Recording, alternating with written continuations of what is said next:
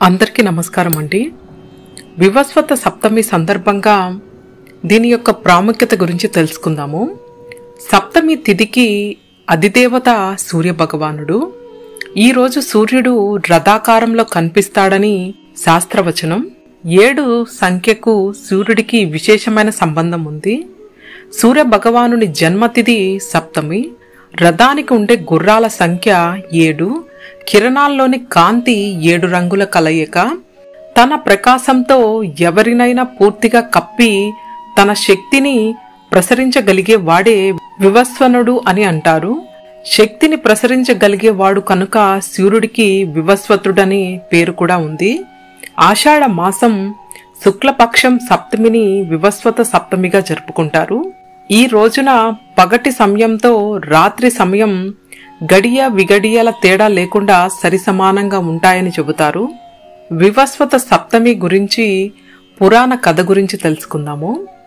వివస్వత మను సమయంలో శ్రీ మహావిష్ణువు మత్స్య అవతారం ఎత్తాడని, ఒకప్పుడు సత్యవ్రతుడని దయగల రాజు ఉండేవారు. ఓ రోజు ఆయన నది ఒడ్డున తర్పణాలు వదులుతుండగా అకస్మాత్తుగా ఒక చేప చేతిలోకి వచ్చింది. ఆ చేపను నదిలో వదిలేసేందుకు ప్రయత్నించగా వదిలేయద్దు రాజా అని కోరింది ఆ చేప. దానిని తన కమండలంలో ఉంచి తన భవనానికి తీసుకొచ్చాడు. కమండలంలో స్థలం సరిపోవడం లేదని వేరే స్థలం మార్చమని కోరింది. మట్టి కుండ, నీటి తొట్టె, సరస్సు ఇలా ఎక్కడ ఉంచినా ఆ చేప ఆ స్థలాన్ని అధిగమించేది. చివరికి సముద్రంలో వేగా సముద్రాన్ని కూడా అధిగమించేసింది. ఇది సాధారణ చేప కాదని భావించిన సత్యవ్రతుడు నమస్కరించి, నేను ఇప్పటి వరకు ఇలాంటి జీవిని చూడలేదు, మీరు ఎవరో చెప్పండి అని కోరాడు. అప్పుడు ప్రత్యక్షమైన శ్రీ మహావిష్ణువు తాను చేప రూపంలో అవతరించానని చెప్పి, ఈ రోజు నుంచి 7 రోజుల తర్వాత 3 ప్రపంచాలు నీటిలో మునిగిపోతాయి. ఆ సమయంలో పెద్ద పడవ వస్తుంది. మీరు, దేవతలు, వృక్షాలు, జంతువులు, జీవులన్నీ ఆ పడవ ఎక్కండి. వాసుకి పాముని ఉపయోగించి ఆ పడవను నా కొమ్ముకు కట్టండి అని చెబుతాడు. అలా ప్రపంచాన్ని రక్షించే బాధ్యతను సత్యవ్రతుడికి అప్పగిస్తాడు శ్రీ మహావిష్ణువు. ఆ సత్యవ్రతుడే వైవస్వత మనువుగా పిలుస్తారు. సూర్యుడి కుమారుడు వైవస్వత మను కూడా మనుస్మృతి సృష్టికర్త.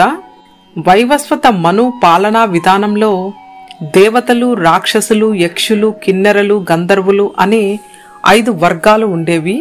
వైవస్వత మనువుకి 10 మంది కొడుకులు. ఇందులో ఇక్ష్వాక వంశం విస్తృతమైనది.